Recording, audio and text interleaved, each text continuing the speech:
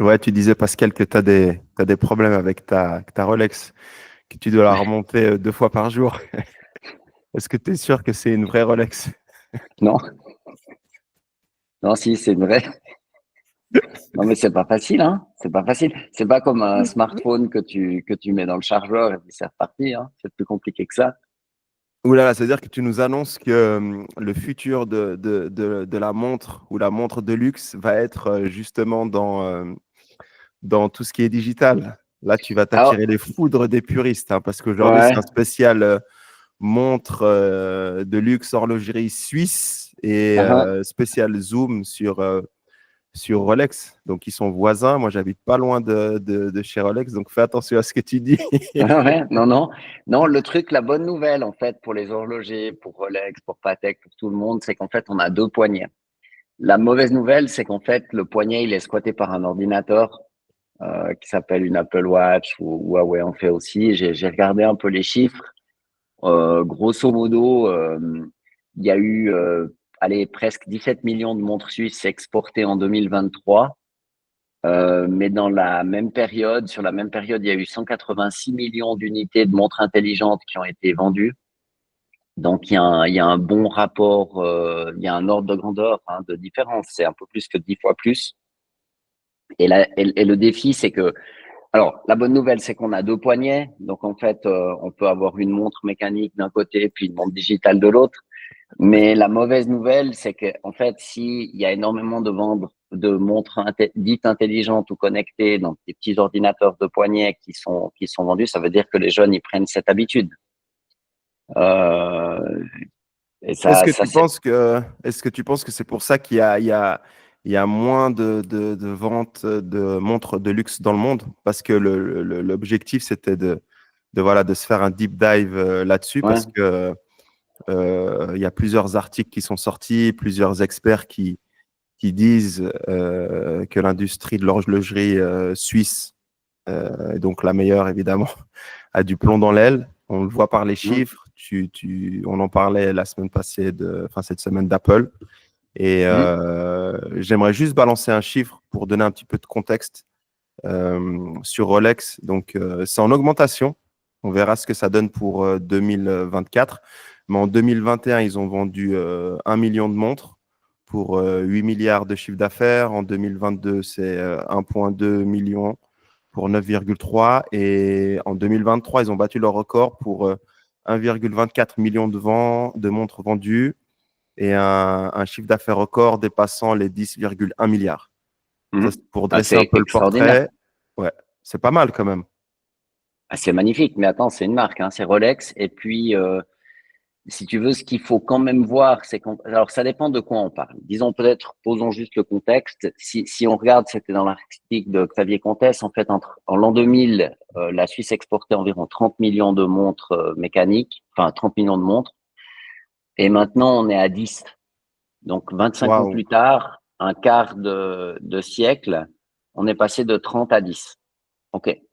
Ça, c'est quand même une grosse diminution en fait en volume. Hein. Et paradoxalement, cette industrie horlogère qui est pleine de ressources, elle a réussi à augmenter son chiffre d'affaires. Ça veut dire qu'ils sont montés en gamme. La montre moyenne, elle coûte plus cher. Donc, ils savent se défendre. Les horlogers, moi, j'en connais beaucoup. Et puis, j'ai étudié ça à l'EPFL. Mais ce sont des gens absolument brillants. Il y a absolument rien à dire. Le truc qui est en train de se passer là maintenant, c'est qu'en fait, la Chine, c'est quand même un des principaux marchés à l'exportation pour l'horlogerie suisse, et puis ils sont un peu moins dynamiques du point de vue des ventes là-bas. Ça n'a rien à voir avec la qualité du travail fourni par les horlogers, c'est juste qu'il y a un ralentissement en Chine. Euh, Ça, à mon avis, c'est un truc temporaire qui va certainement repartir. Je veux dire, la Chine, elle est pas du tout à terre. Il y a simplement des petits cycles. Il y a des années qui sont meilleures, des années qui sont moins bonnes. Donc là, maintenant, en Chine, c'est un petit peu moins rose, mais économiquement, mais ça va reprendre. Donc là, j'ai pas de souci. Si maintenant on regarde les choses à plus large échelle dans le temps, et puis qu'on part de l'année 2000 où il y avait 30 millions de montres exportées, puis que maintenant en 2025 on est à 10 millions, euh, allez, on n'est pas à 1 million près, mais ça veut dire qu'on a divisé le volume par 3. Donc, même si en fait en valeur, grâce à la montée en gamme, on s'en sort parce que c'est toujours une industrie qui est extrêmement prolixe et rentable, ça veut dire qu'en termes de volume, on en fait quand même 3 fois moins, ce qui n'est pas négligeable. Et je pense que le risque, il est quand même assez important parce qu'en fait, une diminution du volume, ça veut dire qu'il y a de moins en moins de gens en fait qui sont intéressés à porter une montre mécanique à leur poignet. Voilà, c'est comme ça. Ça veut dire qu'il y a moins de jeunes qui, dans 20 ans, auront pris cette habitude ou considéreront cela comme un acte d'élégance. C'est incroyable ce que tu dis, hein, parce que c'est vrai que ces dernières années, on voit que le marché, enfin, de la montre suisse était en plein boom. Est-ce que c'est juste un cycle ou c'est une habitude? Mais les chiffres parlent d'eux-mêmes, hein. Comme tu dis, moins 20 millions, c'est énorme. C'est juste Alors, incroyable. Et c'est ouais, pour ça que j'ai vu ces deux news qui sont tombées, enfin, ces deux news, cette tendance où ils sont en train de faire certaines acquisitions et de se mettre à fond dans la seconde main, parce que tu as ce marché secondaire où justement tu as plein de gens qui vont racheter des montres à des particuliers. Moi, j'ai un ami qui fait ça et bon, il fait plus, il fait des Patek, il fait des Audemars, etc. Mais on n'aurait pas imaginé que Rolex, typiquement, s'occupe du marché de seconde main. Donc, c'est-à-dire qu'ils acceptent cette tendance qui est à la baisse d'achat de nouvelles montres et justement, ils veulent s'occuper de cette seconde main. Tu le vois aussi sous cet angle ou pas? oui, je veux dire, le fait est, c'est qu'en fait, ils sont montés en gamme. Ça veut dire qu'il y a eu toute une surchauffe, en fait, du marché de l'occasion dans les montres, parce il y a un marché pour des passionnés, des connaisseurs. C'est vraiment un art, un petit peu comme le vin, les vins d'immense qualité, la bijouterie, etc., etc. Mais ça veut dire qu'en fait, c'est un marché qui quitte les masses pour devenir un marché de niche. Quand tu dois te mettre à contrôler en fait le marché de la seconde main, et ils ont parfaitement raison de le faire. Rolex a acheté Bucherer, qui vend des bijoux. Je veux dire, ils font tout juste. Mais ça veut dire qu'il y a à mon avis, une prise de conscience qu'en fait les volumes vont pas aller grandissant. Et du coup, je crois pas uniquement que c'est pour des questions d'intérêt financier qui veulent avoir un petit peu la main sur le marché secondaire, c'est aussi pour des questions de qualité. Parce qu'un des problèmes quand tu es dans un marché de l'exceptionnel, du beau, de la grande qualité, c'est que quelqu'un qui achète une montre d'occasion, il veut être plus ou moins certain de la qualité de cet objet. Donc, imaginons que tu sois passionné de Rolex un peu ancienne. Si Rolex propose en fait un service d'évaluation des montres anciennes, tu vas certainement t'adresser à eux puisqu'ils l'ont fait. Tu vois, Ouais. ils sont certainement compétents. Il faut quand même leur laisser ça. Ou, même chose pour une Patek, une Audemars Piguet. Donc, en fait, il y a un intérêt pour eux à pouvoir animer cette communauté d'amateurs éclairés et de passionnés. D'accord? Et puis, du coup, quand quelqu'un commence à s'intéresser à une montre ancienne, il va peut-être être intéressé par le nouveau modèle que tu viens de sortir, avec un nouveau matériau, avec quelque chose d'intéressant pour lui. Donc, il faut, c'est aussi un aspect social, à mon avis, de capturer, en fait, cette communauté, enfin, de capturer, d'animer cette communauté de passionnés des montres. Et donc, j'imagine que tu parles de ce Rolex Certified Mhm. Pre-Owned. Donc, ils ont Ouais. lancé en 2022 en Europe avec Bucherer. Ils l'ont étendu aux États-Unis en 2023. Et maintenant, Mhm. je crois qu'il y a une boutique à Paris et puis aussi à Dubaï, justement, qui est dédiée à l'occasion, en fait, aux montres Mhm. d'occasion. Donc, Ouais. enfin, c'est incroyable, tu vois ce que je veux dire? Si on imagine Apple qui ferait la même chose avec les ordinateurs ou les autres trucs, tu vois, Ouais. qui commencent à réparer, qui commencent à s'occuper de la seconde main, c'est qu'il y aura un gros problème. Bah, oui et non, ça peut vouloir dire plusieurs choses. Ça peut vouloir dire, premièrement, qu'en fait, l'innovation, elle est en train un peu de se tasser, ce qui est très certainement le cas, parce qu'en fait, dans la montre mécanique, c'est vraiment de l'innovation extrêmement incrémentale, c'est du design, c'est de la mode, mais il y a pas de choses qui soient absolument disruptives. Peut-être éventuellement dans les matériaux avec la céramique, mais il y a peu d'innovations qui sont immenses. Il faut pas oublier qu'en fait, l'histoire de la montre mécanique, elle a quand même été écrite en partie, comme souvent, par les militaires. Euh, Imaginons qu'on soit au XVIe siècle ou je sais pas au XVIIIe, et puis on est là, on dit bon ben on va aller attaquer cette ville. À quel moment on se rejoint? Ben il faut être là le même jour, tu vois. Même jour et la C'est même quand même heure, pas. presque. Mais oui, donc c'est très très important de pouvoir mesurer le temps qui passe de manière précise. Et puis la montre, c'est une manière de mesurer le temps qui passe à ton poignet. D'ailleurs, je ne sais pas si tu as déjà vu ces espèces de grandes horloges qu'il y avait parfois dans les fermes à l'époque, qui sont des grandes horloges avec un immense balancier comme ça, Oui, bien sûr, hein. ouais. Euh, En fait, je sais pas qui de nos auditeurs, ben, ça m'intéresserait. Si quelqu'un a une de ces immenses horloges chez lui, je serais très intéressé à ce qu'il nous mette un commentaire parce que je pense pas qu'il doit y en avoir beaucoup. Et ça, c'était une montre non portative. C'est une montre qui reste dans ton salon et puis qui permet de mesurer l'heure. C'était quelque chose de très, très important pour les gens. Il fallait faire cette acquisition parce que comme ça, une famille pouvait avoir un point auquel il pouvait connaître l'heure. La même chose dans les villages. Il y avait le clocher du village avec une montre parce que bon, ben, c'était un service à la population de donner l'heure. Mais on est bien d'accord que maintenant qu'on a tous un smartphone dans les mains, c'est un peu passé de mode. Euh, Il y Ouais, a, il y c'est a, ça. il y a, C'est cet élément aussi du smartphone. On parle souvent de l'Apple Watch ou de la Samsung ouais. Watch, mais tu as aussi le téléphone portable qui a rendu la montre obsolète, hein, au final. Qui est-ce qui regarde vraiment l'heure sur sa montre? T'as plus Ouais, personne. alors le fait que tout le monde ait un smartphone, ça résout le problème de connaître l'heure. Ouais. D'accord? La motivation première, en fait, le premier degré, le premier ordre pour porter une montre, c'est de savoir quelle heure il est. La motivation secondaire, c'est d'être élégant, c'est de se faire beau, etc., etc. Et l'aspect OK, social, c'était qui disait si t'as pas de montre, si t'as pas de Rolex à c'est 50 ans, t'as c'est raté ta Guélard, vie. ouais, le publiciste qui a fait élire Mitterrand, mais bon, je sais pas quand il a dit ça, peut-être dans les années 80, 90, quelque chose comme ça.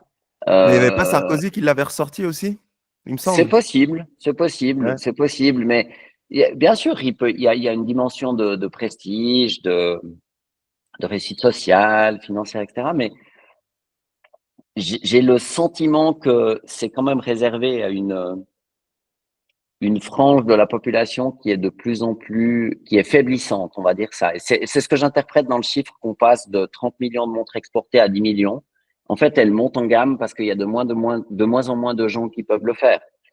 Si on veut prendre un exemple un peu extrême, au début du 20e, il y a l'automobile qui arrive, tout le monde se déplaçait à cheval.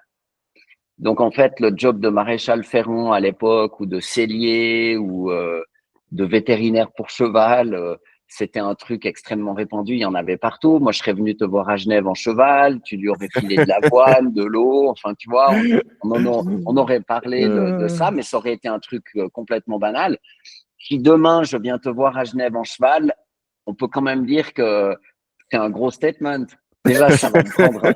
Déjà, il faudrait pas que je meure pendant le transport. Moi, Parce que tu vas arrêter surtout. non, mais oui. Est-ce que je pourrais simplement traverser la Suisse à cheval? Je ne sais même pas. Certainement que ça se fait. Mais on va dire, ça existe toujours. Il y a des centres équestres, il y a des gens qui font du cheval, c'est merveilleux. Mais on peut dire que c'est réservé à une petite élite. D'accord? Donc, c'est devenu un produit de luxe. Et je peux tout à fait entendre qu'en fait, on puisse avoir du plaisir à monter à cheval, mais au départ, c'était un moyen de transport. Et quand les choses passent de nécessaire, mesurer le temps ou moyen de transport à euh, plaisir, prestige, ben, les volumes chutent. C'est ça qui se passe. D'accord? Ça ne veut pas dire que ça disparaît, mais ça veut dire que les volumes chutent. Alors, je pense que l'industrie horlogère suisse, en l'état, elle va s'en sortir. La Chine va reprendre. Et comme il s'adresse à un marché mondial, il y aura toujours, je sais plus, je lisais une stat hier, j'ai plus les chiffres en tête, mais il y a un nombre de milliardaires dans le monde qui est complètement hallucinant, 2800 ou un truc comme ça, et puis c'est en augmentation. Donc en fait, des gens qui ont énormément de sous et puis qui peuvent se faire la faveur d'acheter une belle montre mécanique qui fait un bruit merveilleux et qui a été réalisée grâce à des artisans et avec de très beaux matériaux, il y en aura plein. Donc c'est pas forcément un danger. Le danger, c'est le fait que c'est plus une nécessité, mais c'est une élégance. Corrige-moi si j'ai faux, hein, mais de ce que j'ai pu lire, de ce que je peux voir par rapport à Rolex, eux, ils sont pas dans l'ultra luxe, sauf pour certaines montres.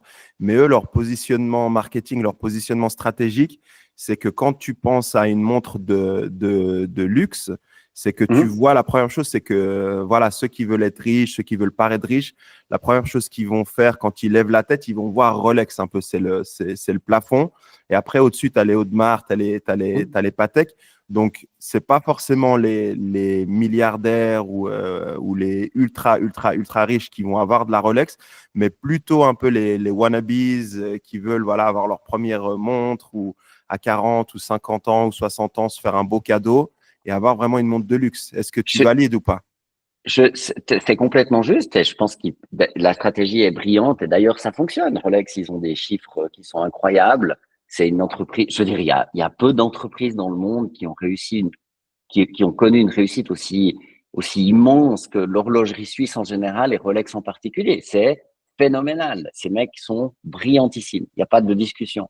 Maintenant, je pense que ça c'est au niveau tactique. Maintenant, stratégiquement, les choses changent. Je reprends mon exemple du cheval. Pourquoi on avait des chevaux? Si on avait cette discussion, on l'aurait pas parce qu'il n'y avait pas de Mac, il n'y avait pas d'Internet. Mais si on était il y a 200 ans, en 1825, on aurait eu un cheval parce que c'était le seul moyen de se déplacer.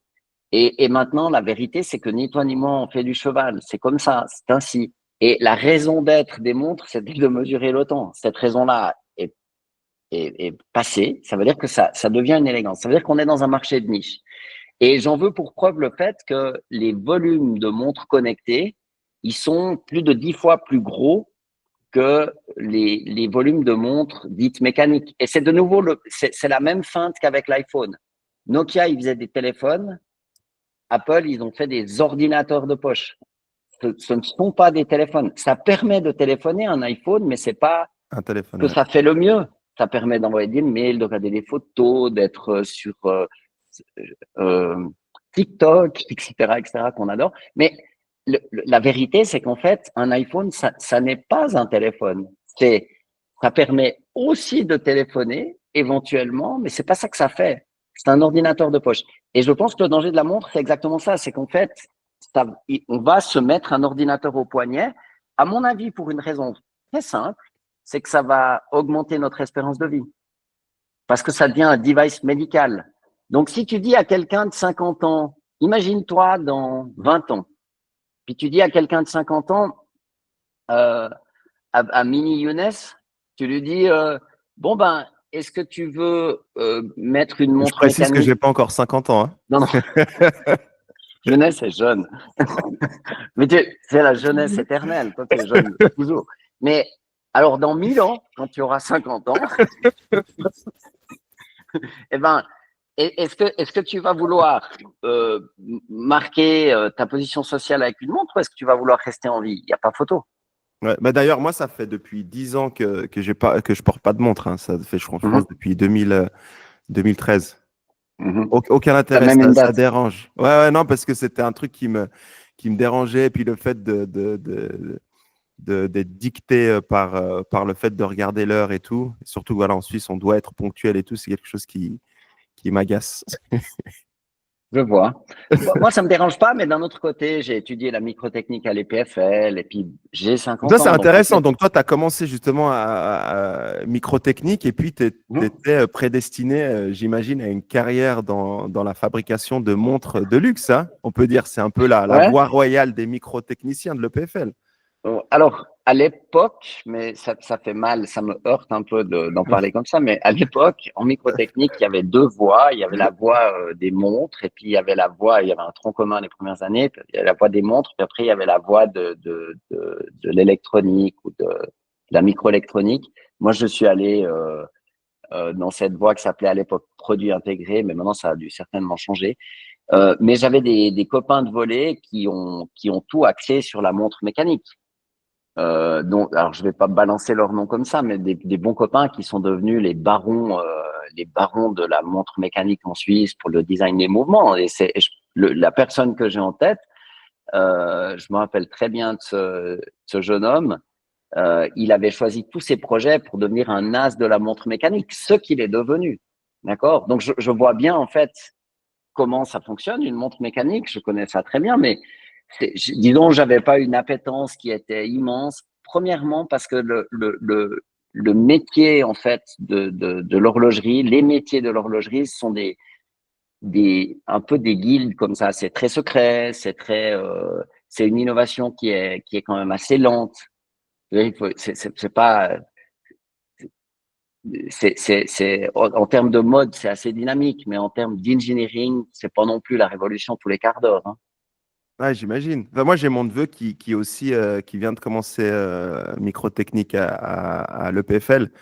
Et justement, ça ouvre quoi comme voie, en fait, pour faire une parenthèse sur la carrière professionnelle, vu que tu penses que, enfin, d'après les chiffres que tu donnes, la vente de montres de luxe, enfin, avec mouvement, enfin, on va dire traditionnel, est en train de chuter. Donc, si on continue comme ça, peut-être dans 5 ou 10 ans, c'est plus 10 millions, mais c'est 2 ou 3 millions. Donc, qu'est-ce qu'ils vont faire tous les microtechniciens de l'EPFL? Non, alors pour eux, c'est pas un problème. Alors plusieurs choses. Déjà, il faut pas choisir des études ou un apprentissage parce qu'on pense qu'on va avoir un job. Si quelqu'un vous dit, je vous garantis en faisant ces études, vous aurez un bon job, c'est des âneries. Le monde change beaucoup trop vite. Donc, il faut faire en fait ce qui vous appelle, ce qui vous passionne, ce qui vous intéresse. Après, les études d'ingénierie, spécialement les PFL, je pense que c'est utile et intéressant en fait, quelle que soit la filière qu'on choisit. C'est pas hyper important, il faut pas se prendre trop le chou. Ce qui est intéressant en microtechnique, c'est qu'en fait, ça permet de comprendre comment fonctionne la société technologique d'aujourd'hui. Tu comprends comment ça fonctionne un CD-ROM, comment tu codes l'information avec des petits trous, comment tu les lis avec un laser, tu sais avec quel matériel c'est fait. Et ça, c'est très, très agréable parce que souvent, bah, il y avait eu récemment cette histoire avec Boeing. Ils ont mis un comptable à la tête de Boeing. Boeing, ils font des avions, bah, les avions, ils tombent, ils mettent plus les boulons. Donc, il n'y a pas de miracle. C'est pas inutile dans le monde technologique dans lequel on évolue d'avoir des outils et une formation qui permet d'appréhender la manière dont ça se développe. Donc, ce sont des études hyper intéressantes, mais il y a des jeunes qui nous écoutent, il faut faire ce qui vous intéresse, étudier la philosophie, le grec. Ça, je pense pas que ça ait tellement d'importance. Il faut développer un esprit critique et puis apprendre à creuser dans un domaine, c'est bien. Savoir faire quelque chose, c'est bien, puis vous verrez ensuite.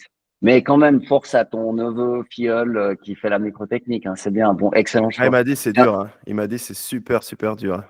Je sais pas si pour toi c'était facile, comme tu as un esprit très, très brillant, mais il m'a dit que lui, c'est. Ouais. je sais pas. Moi, la première année, j'étais terrorisé parce que je voyais plein de gens qui fabriquaient des robots. Je me suis dit, je suis foutu. Et mon tout premier cours, je me suis trompé de salle et je suis allé dans un cours de troisième année de maths. Je comprenais rien, mais j'étais pas au bon endroit. Et là, je me suis dit, bon mec, t'es foutu, quoi. Mais je dirais, l'université ou les études supérieures, les premiers temps sont toujours un peu difficiles. Il faut absolument pas désespérer, c'est normal. C'est une manière d'enseigner qui est très différente du gymnase ou de l'école obligatoire. Donc, quand tu vas à l'école, que tu es étudiant, on te dit, ah, bonjour Younes, voilà votre livre, il va falloir apprendre ça. Tu vois, tu es très, très accompagné. Et même si les PFL, et les TH de Zurich aussi d'ailleurs, mais ce sont d'excellentes écoles, mais tu as le MIT, Yale, Harvard, il y en a plein. La différence, c'est qu'en fait, tu es un petit peu moins babysité. Tout d'un coup, moi, je me rappelle d'un cours de mécanique où le prof, enfin, on lui pose des questions, puis il dit, ah non, mais oui, oui, cet objet mathématique, vous l'avez pas encore vu en cours, vous le verrez l'année prochaine.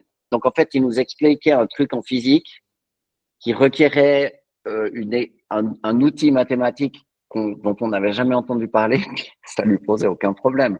Et ça, c'est très différent du gymnase ou de l'école obligatoire, où en fait, tu es pris en main, tu es accompagné, tu as des programmes de cours qui sont bien faits.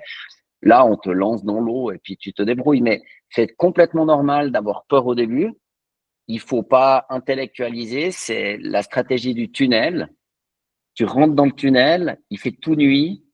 Il faut juste savoir qu'il y a la lumière au bout et il faut y aller. Il Il y a faut pas Rolex au bout. réfléchir. Il y a Rolex au bout. Justement, pour fermer cette parenthèse sur l'éducation, et j'aimerais parler un peu de marketing de Rolex, on voit qu'ils Hum, ne sont pas forcément agressifs sur tout ce qui est marketing, publicité, ils sont assez picky. Ils vont te choisir du Roger Federer, du James Cameron, le cinéaste, du Tiger Woods, le golfeur, etc. Et puis même au niveau de leur montre, tu vois, par exemple, le Rolex Submariner Date, ça va être synonyme de plongée et de style.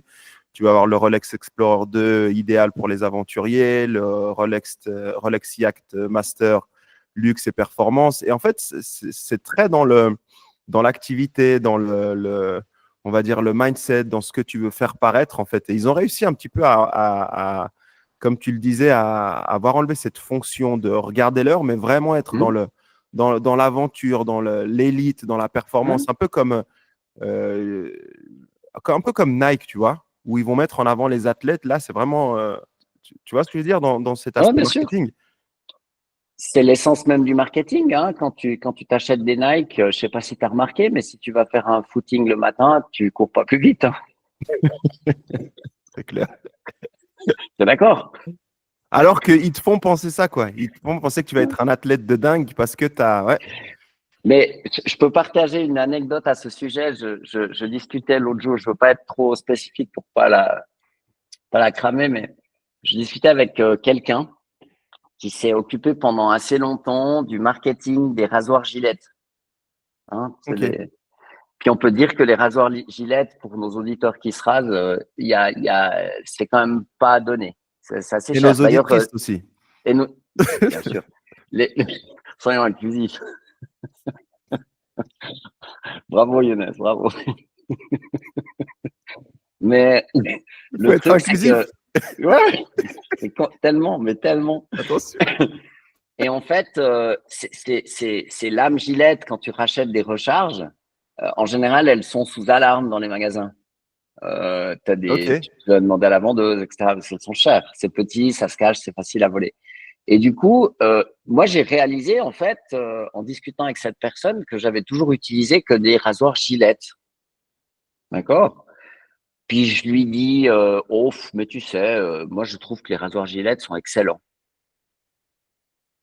Et puis cette personne qui a contribué à mettre cette idée dans ma tête depuis longtemps, elle me dit, ouais, t'as essayé une autre marque? Je dis, ben non.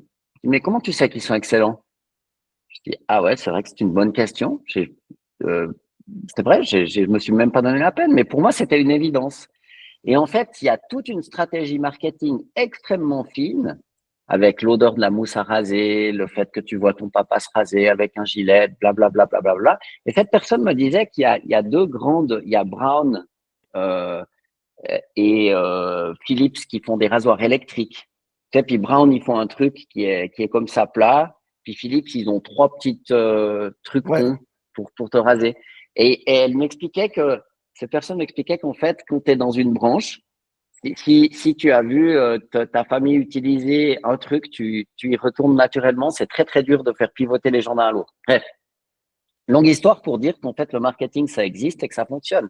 D'ailleurs, regarde Coca-Cola. Ils font une boisson avec du sucre. Mais les mecs, ils ont peur de rien. Ils associent ça au Père Noël. Tranquille le Ouais. chat. Mais c'est d'une puissance qui est absolument redoutable et Et il n'y c'est eux a qui ont pas. fait changer la couleur du Père Noël, hein, parce qu'à part ça, Ouais. il était vert et puis après ils ont changé et puis ça a une influence monstre, hein. Ouais.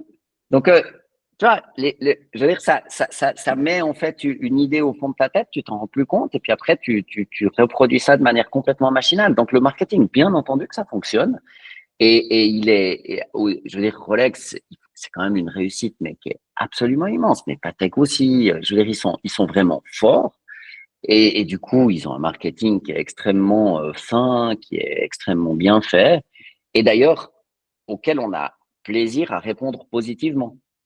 D'accord? Mais je pense que pour un bien de consommation comme le Coca qui coûte pas grand-chose, c'est extrêmement efficace parce que le Coca, ils font du volume, hein, n'oublions pas.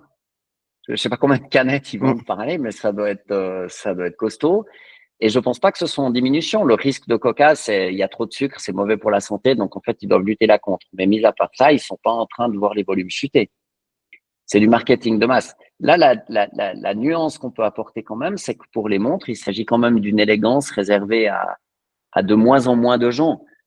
Et un des problèmes dans un marché, c'est que quand les gens sont moins conscients qu'en fait, une montre mécanique, c'est une élégance, si d'aventure cette idée devait disparaître, alors c'est compliqué. C'est pour ça qu'ils font de la pub avec des noms ou des marques comme Roger Federer ou des très grands sportifs. C'est qu'en fait, tout le monde les connaît. Et comme tout le monde les connaît, ben, les gens s'associent à ces marques mondiales. Ouais, et justement, ça leur permet de dégager des revenus quand même de malades, hein, parce qu'on Mhm. disait, enfin, Rolex, c'est quand même 10 milliards. Et puis Patek aussi, c'est des sommes faramineuses. En C'est 2021, tu as Thierry Stern, donc l'un des héritiers, et je crois qu'il est même CEO de Patek. Il a fait l'acquisition d'une maison à Genève pour, je crois, il me semble, 50 ou 52 millions de francs suisses, qui fait à peu près la même chose en euros. Et mhm. enfin, c'est un truc de malade et tellement.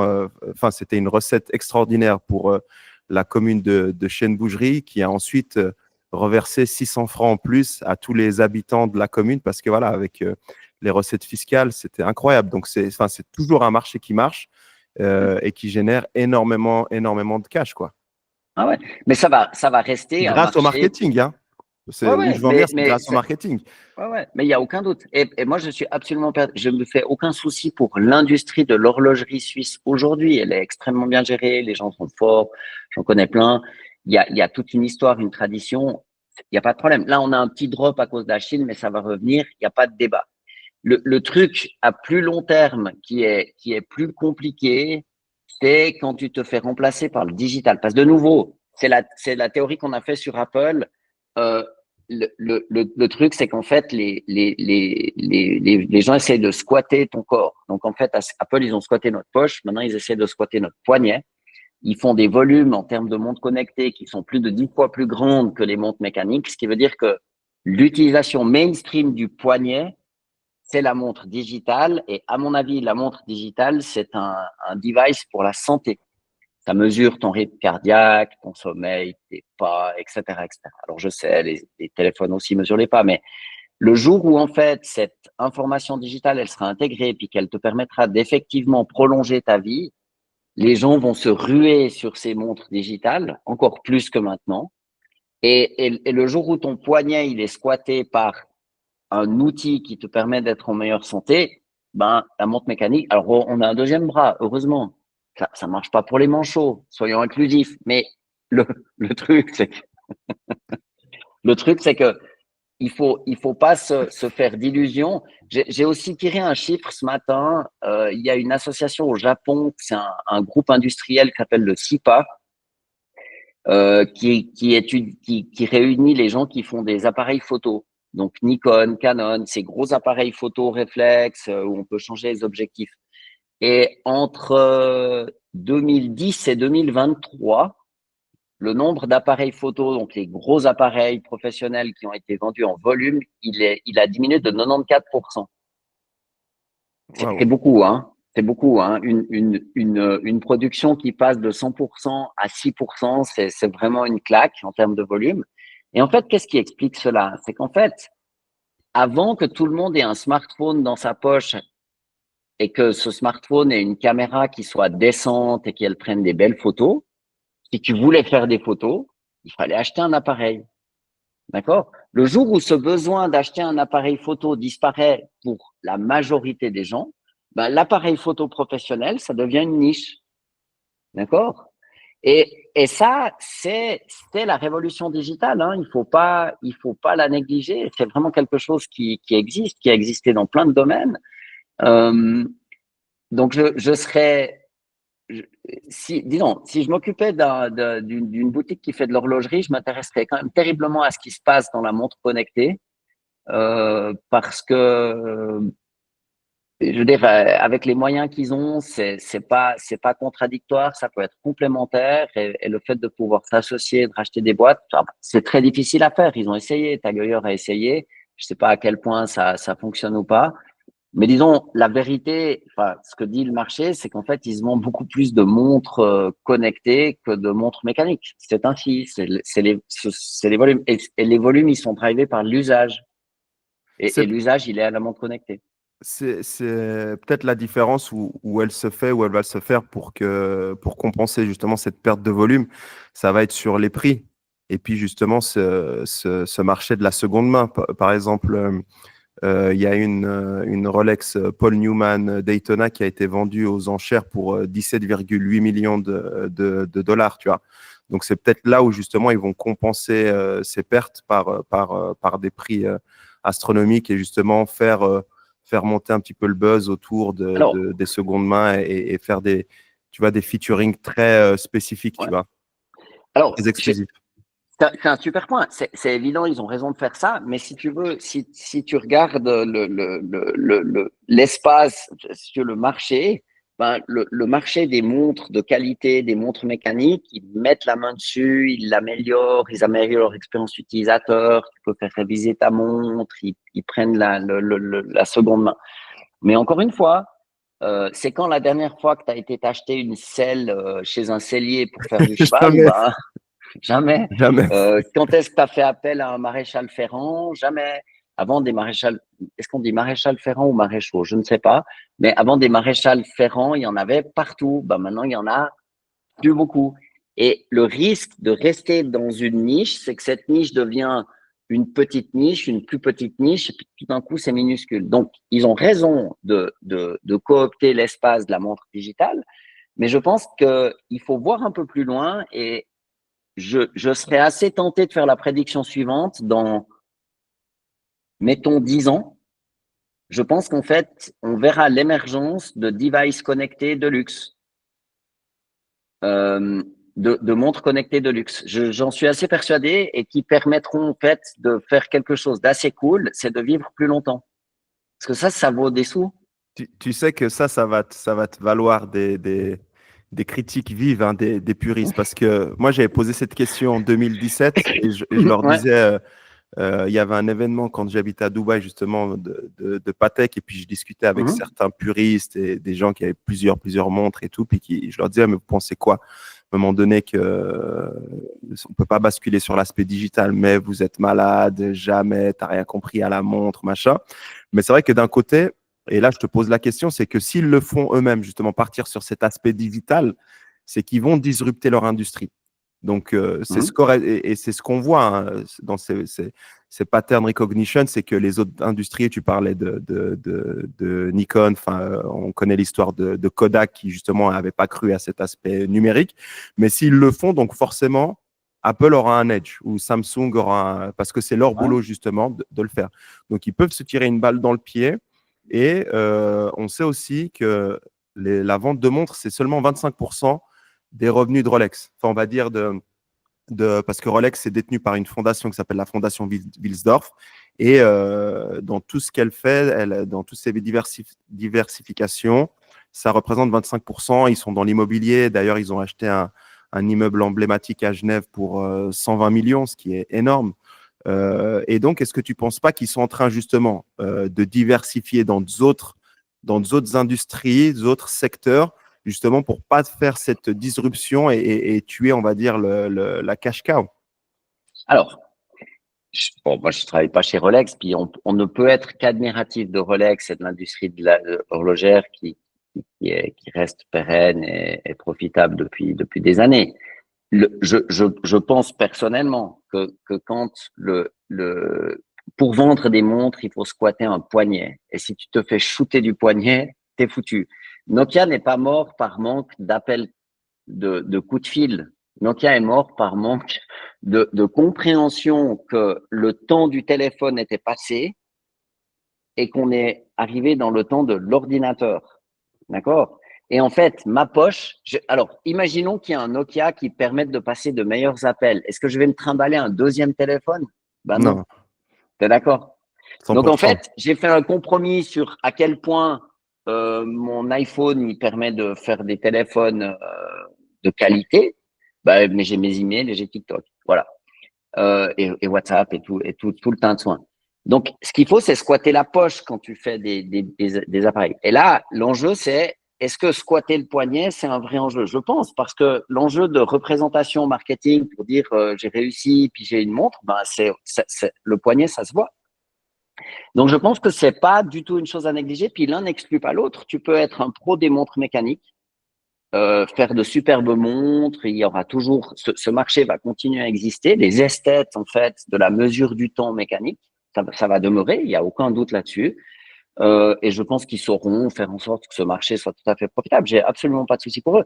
Mais je pense qu'il y a une opportunité qui est immense, d'un ordre de grandeur au moins 10 fois plus grande, qui est dans le fait d'intégrer des technologies digitales, d'adapter ces marques au monde digital. Et c'est quelque chose qui n'a pas encore été fait par les Américains. Je te donne un autre exemple. Si on prend une marque comme Porsche, on voit que l'automobile maintenant est en train d'exploser en Allemagne. C'est un bon sens. Alors Porsche, ils avaient dans la ligne 911 différents Exploser dans le types de. mauvais sens, hein, pas Ouais, qu'elle ouais, explose. exploser dans le sens, C'est la il y banqueroute, a des quoi. restructurations horribles, il y a des grèves, c'est dur, les gens souffrent, c'est vraiment pas rigolo ce qui se passe hein, dans le marché de l'automobile. Et pourtant, ils avaient des dirigeants d'entreprise brillants, etc., etc. Qu'est-ce qui s'est passé en fait, fondamentalement? Ce qui s'est passé, c'est qu'on est passé de l'âge du dur à l'âge du doux.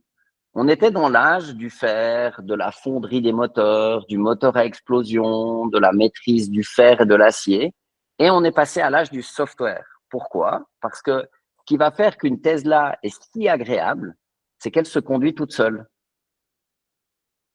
Ouais. Donc, c'est une expérience qui est moins tralala qu'une Porsche 911 GT3 avec un flat seat de 3 litres 8 et un bruit absolument merveilleux. C'est une expérience qui est plus du tout charnelle. Mais en termes de service, pour aller d'un point A à un point B, si tu n'as pas besoin de conduire, c'est cool. C'est ça la vérité. D'accord? Et du coup, qu'est-ce qui a fait cette révolution? C'est le software. C'est ça qui est en train de tuer principalement l'industrie automobile. C'est très, très dur d'apprendre à faire du software. Et ce qui va définir la valeur ajoutée, si on veut, d'une monde digital, c'est pas le cadran ou le métal utilisé, c'est le software. Et c'est là, en fait, qu'il faut grimper en compétences, parce que c'est ça qui, à la fin, va permettre de marketer une expérience, mettons, de santé qui soit plus. Et si tu dois confier, si maintenant, dans 25 ans, tu dois acheter une montre qui t'aidera à vivre plus longtemps, est-ce que tu vas prendre un truc commandé sur Wix à 2 francs 6 sous ou Temu, ou bien est-ce que tu vas aller chez Rolex? Bien sûr que tu vas aller chez Rolex. Ouais. Donc, ils ont une immense opportunité. J'aimerais avoir ton point de vue parce que tu as cet aspect, ok, très pratique, aspect social, j'ai réussi, j'ai une Rolex, ok. Maintenant, tu as l'aspect aussi produit financier. Donc, tu parlais de squatter le Ouais. poignet. Est-ce que tu as aussi cet aspect squatter le safe, en fait? Donc, dans le sens où tu as des gens qui vont acheter une Rolex parce que c'est comme de l'achat de l'or. Tu sais que ça prend de la valeur Ouais. et que tu vas flipper, que tu vas faire un peu de spéculation dessus, ou tu te dis, bah, le jour où j'ai une petite galère, eh ben, je peux revendre. Oui, bien sûr, mais tu vas pas en acheter 100. À Ouais, moins t'en que tu achètes sois une ou deux, un quoi. énorme énervé du stockage de montres de luxe, mais la vérité, c'est que tu vas pas en acheter 100. Et c'est d'ailleurs ce qu'on voit, il y a moins de volume. Ouais. Tu vois, donc admettons que tous les utilisateurs sur les 16 millions de montres qui ont été exportées cette année, ils en prennent tous une seconde parce qu'ils veulent stocker des sous. C'est comme de mettre ça au coffre. OK, ça fait une année où tu fais le double, mais c'est pas un marché, ça, tu vois. J'aimerais te challenger aussi sur le fait du volume, parce que Mhm, pour certaines Rolex, tu dois attendre 5 ans, tu vois. Par exemple, mhm. pour le Submariner ou la Daytona, c'est 5 ans d'attente. Donc, on imagine que Rolex est en train aussi de contrôler le volume. Donc, s'il voulait en Ouais, vendre plus, il pourrait en vendre plus, tu vois, ou je peux te bien sûr. challenger par rapport à cette diminution. Donc, pourquoi ils ne le font Alors, pas si tu as une diminution du volume? Ils le Bon, font pas parce qu'ils sont. eux, ils augmentent, hein, mais ils sont stables à 1 million. Donc, j'imagine qu'ils pourraient en vendre 2 millions peut-être. Je- Certainement, et ils ont certainement la capacité de production. Ils construisent une nouvelle usine à Bulle, c'est peut-être pas pour rien. 2029, Euh, elle va ouvrir, ouais. ouais. Et ils en ont Et fini une aussi à Genève. Ils ont enfin développé une nouvelle hein, unité. Donc, ils continuent à s'agrandir. donc, mettons peut-être Rolex dans un. Rolex, c'est possiblement un cas à part en fait dans l'horlogerie. Mais si on se focalise pas que sur Rolex et puis qu'on regarde l'horlogerie euh, all in all, euh, C'est je vrai que c'est ne pas pense Rolex. pas que l'horlogerie pourrait aujourd'hui vendre le double, le triple ou le quintuple de ce qu'ils font en volume. À mon avis, c'est simplement faux. Il n'y a pas de demande pour ça. Et puis, si maintenant on revient au cas particulier de Rolex, imagine que c'est ce qu'on appelle le marketing de la rareté. Imagine en fait que tu es réussi et copieusement investi pour en fait faire du bien que tu produis, en l'occurrence une montre mécanique absolument superbe. Tu arrives à générer une espèce de demande parce qu'en fait, tu n'en as pas. Moi, j'ai des copains qui m'ont dit, ah, j'ai eu de la chance, j'ai attendu que 2 ans parce que mon frère, il est client, etc. Donc, c'est rajouter de l'élégance à l'élégance. Le luxe, il faut que ce soit rare, il faut que ce soit difficile à obtenir, il faut que ce soit cher, sinon ça vaut rien. Tu vois? Donc, je pense qu'en fait, c'est simplement, ça montre simplement à quel point Rolex est un peu une exception dans ce monde de l'horlogerie de haut de gamme et qui sont magnifiquement géniaux. On peut que s'incliner. On peut que dire beau. Respect. Ouais, mais j'aime bien ce que tu dis parce que c'est pas représentatif de toute l'industrie. C'est vrai que tout le monde porte Non. pas, enfin tout le monde ne peut pas porter une Rolex. Tout le monde peut pas faire mettre squatter le poignet de James Bond. C'est pas eux qui ont créé la première montre. Mais il n'a pas une Omega, James Bond. Non, ils ont commencé. Il me semble qu'il a commencé avec Ah ouais? Rolex. Ouais, ouais, Ok. ouais, ouais. Et c'est eux qui ont construit la première montre étanche et que et c'est peut-être ça aussi qui est en train peut-être de plomber l'industrie, c'est que tu as une sorte de monopole de Rolex justement où ils sont tellement plus connus, ils ont tellement plus d'argent Mhm. que les petits producteurs enfin, qui avaient quand même une certaine part de marché n'arrivent plus à exister, quoi. Et du coup, c'est peut-être eux derrière, stratégiquement parlant, qui sont en train de tuer le marché de la montre, hein, c'est possible. Non, mais si le veux, moi, très sincèrement, Rolex, je pense que c'est un peu une exception parce qu'ils ont vraiment eu une vision déployée sur de nombreuses années. Ils sont vraiment super, super forts pour imposer leur marque. Mais si tu regardes l'horlogerie de la belle montre en global, je pense pas qu'ils soient à risque, mais ils vont pas grandir en volume. En tout cas, ça c'est sûr. Ça c'est sûr et certain. Et puis, je pense qu'il y a quand même un risque. En fait, c'est ce que Xavier Comtesse évoquait dans son article, c'est-à-dire que quand tu commences à trop descendre en volume, il y a un moment où ça devient difficile parce que tu dois maintenir cet outil de production industrielle. Donc, ils vont vraiment s'orienter vers quelque chose d'un peu plus artisanal ou de très customisé, etc., etc. Donc là, moi, j'ai pas trop de soucis pour ça, mais je reprends mon analogie des grandes pendules qu'il y avait à la maison. Je sais même pas si ça se fait encore, euh, mais t'as vu que non. Un autre truc qui m'avait frappé à l'époque, c'est que Jeff Bezos, il a fait faire une horloge. Je sais pas si tu as vu ça au Texas. Non. Il a fait, alors bon ben Jeff Bezos, le fondateur d'Amazon, hein, il a pas mal de sous. Et il a investi 42 millions de dollars pour faire fabriquer une gigantesque horloge mécanique qui est enterrée dans une montagne que tu peux aller visiter, qui est censée le titre du projet c'était 10,000 Year Clock. Donc une immense horloge mécanique qui doit durer 10 000 ans. Ok. Alors bon, c'est une excentricité de milliardaire avec une espèce de vision que pour aller la visiter, tu dois faire un trek à pied, tu dois faire un autre rapport au temps. C'est une espèce de manière aussi de préserver un savoir-faire parce qu'il est enterré sous une montagne. Enfin, tu vois, une espèce de délire de mec très riche. Et elle avance d'un tic par an. Et puis, elle a une sonnerie différente à chaque millénaire. Tu vois, donc elle est censée fonctionner comme ça pendant 10 000 ans. Ce qui est quand même un projet, moi qui suis ingénieur, c'est quand même extrêmement cool. J'adorerais visiter ce truc. C'est hyper cool. Mais quand tu as un milliardaire qui se paye l'excentricité de faire une montre mécanique qui doit durer 10 000 ans, ça veut aussi dire qu'en fait, c'est quelque chose quand même d'assez particulier. Alors peut-être qu'il a déterminé que les montres digitales dans 10 000 ans, elles ne fonctionneraient plus. Donc en fait, il a voulu la chose qui durerait le plus longtemps. C'est peut-être la revanche de l'analogique et de la mécanique. Mais je trouve quand même que c'est un signal faible qui est intéressant parce que ça nous montre que la mesure du temps mécanique, c'est un peu une excentricité ou une rareté. Ouais, et je suis d'accord avec toi. Je regarde là en même temps les chiffres de Patek et les chiffres de Audemars, et en moyenne, c'est 60-80 000 montres vendues par année.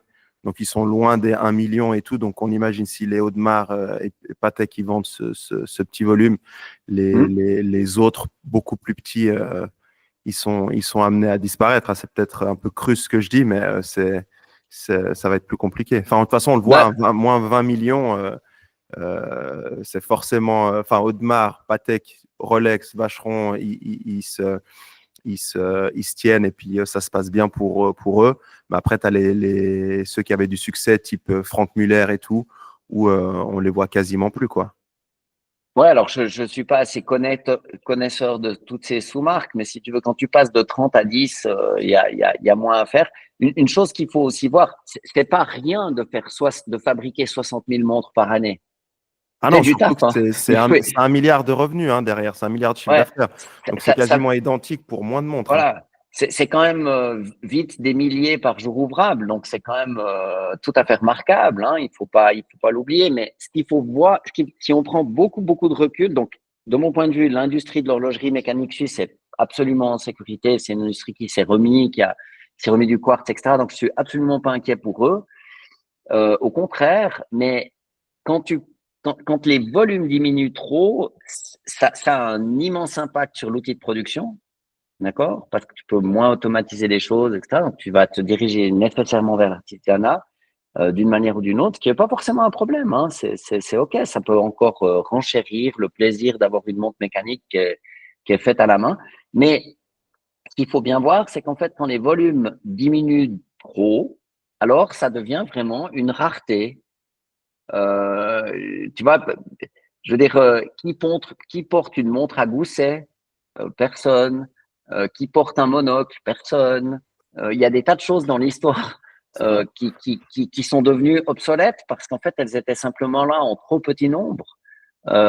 Et il faut se méfier parce que les modes changent. Hein. Il y avait un temps ancien où c'était la mode de porter des chapeaux, c'est plus le cas. En fait, ce qu'on met sur son corps, c'est aussi un signe de la civilisation dans laquelle on est.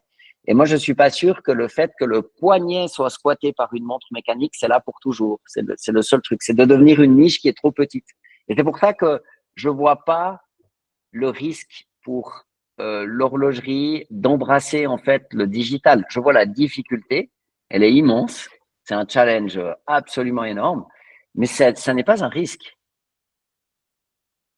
Je suis d'accord avec toi. Je suis assez partisan de ton idée. Maintenant, ça va déplaire à certains. Et puis, l'avenir nous le dira, hein. Ouais, on verra bien. On verra bien, mais il y a pas tellement de miracles. On vit un début de 21e siècle passionnant. Juste, je fais une incise et on va revenir au sujet, mais hier, en fait, OpenAI, ils ont lancé leur nouveau modèle O1, pas le O1 Preview, qui arrive en fait à résoudre des problèmes type PhD, donc niveau doctorat.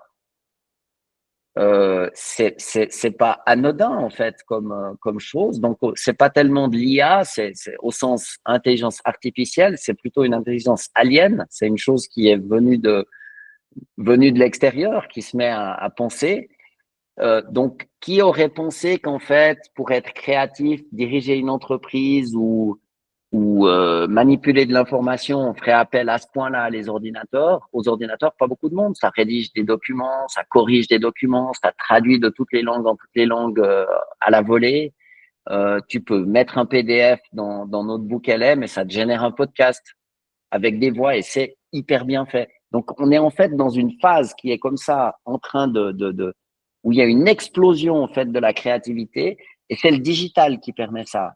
Et je pense que l'enjeu stratégique, c'est tu peux garder une ligne de montre parfaitement mécanique, comme Porsche va garder la Porsche 911 GT3 avec son moteur 3.8 inspiré de la compétition. C'est génial, mais ça va être réservé à un petit nombre. Et aujourd'hui, si tu fais pas l'effort, si tu fais des automobiles, d'être bon dans le software et de la gestion de l'information pour pouvoir faire un autopilote, tu vas avoir du mal. Et je pense il en va de même avec la montre et que les marques suisses ont deux avantages immenses pour le digital. C'est ce sont des marques. En fait, il y a cette confiance de la mécanique qui fonctionne bien, qui va être utile pour la santé. Et puis, il y a le fait que ce sont des marques qui sont connues. Euh, je suis persuadé que les gens feront plus confiance à Patek, Rolex, Omega, même Swatch pour prendre leur pouls qu'à Huawei. Mais tu te rends compte de ce que tu dis, ça veut dire que ils ont aucune connaissance en termes de développement soft. Donc, si tu as pris le parallèle tout à l'heure avec l'automobile, ils sont incapables de le faire, ils ont laissé la place à Tesla, ils ont laissé incapable. Ouais, on peut le dire. Et donc, ouais, eux, comment ils vont le faire? T'imagines? C'est-à-dire que ouais. ça va être la fin de. Ça Alors, serait potentiellement la fin. Ils sont incapables de le faire. Tu ne peux pas transformer Rolex. je suis pas sûr. Je pense que, alors l'argent n'achète pas tout, mais je pense que la toute première chose, c'est en fait d'avoir une vision qui soit claire, articulée et puis qui soit sincère. Du fait que on veut garder le poignet, que le moyen d'y arriver, c'est de la santé digitale et du coup, on va commencer à faire des. La deuxième chose, qui sera évidemment difficile pour toutes les industries, c'est qu'en fait, imagine aujourd'hui, tu es le patron d'une grande marque horlogère, ben, les choses, elles sont bien encadrées, les montres, elles sortent, il n'y a pas d'erreur, c'est quelque chose qui est très, très bien maîtrisé. Puis tu passes en fait à un autre mode où tu dois innover. Innover, ça veut dire se tromper et si tu innoves bien, tu dois pouvoir te tromper rapidement pour recommencer et corriger. Donc, c'est une attitude par rapport à l'ingénierie qui est très différente par rapport au marché.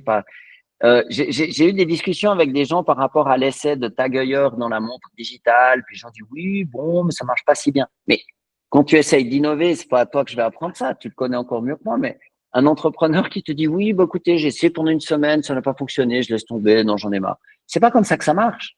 En fait, il faut vraiment être engagé dans un effort et une vraie bataille, à la fois contre soi-même et contre le marché, mais surtout contre soi-même parce qu'en fait, il faut se remettre 150 fois des errements, des atermoiements nécessaires à la réinvention. Donc en fait, ça va pas se faire comme ça en un claquement de doigts et puis on a trouvé la solution. Il faut faire des efforts pendant des années pour en fait réinventer cette chose. Mais la réinvention, c'est beau. Ou faire une collab. Et faire une collab. Enfin, ou Il faut. dans le sens, pourquoi tu verrais pas une collab, je sais pas, Rolex Apple? Why Mais not?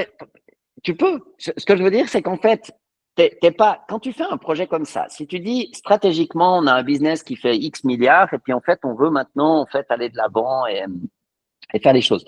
En anglais, on dit build versus buy. D'accord? Donc, est-ce qu'on on construit tout nous-mêmes? Est-ce qu'on achète?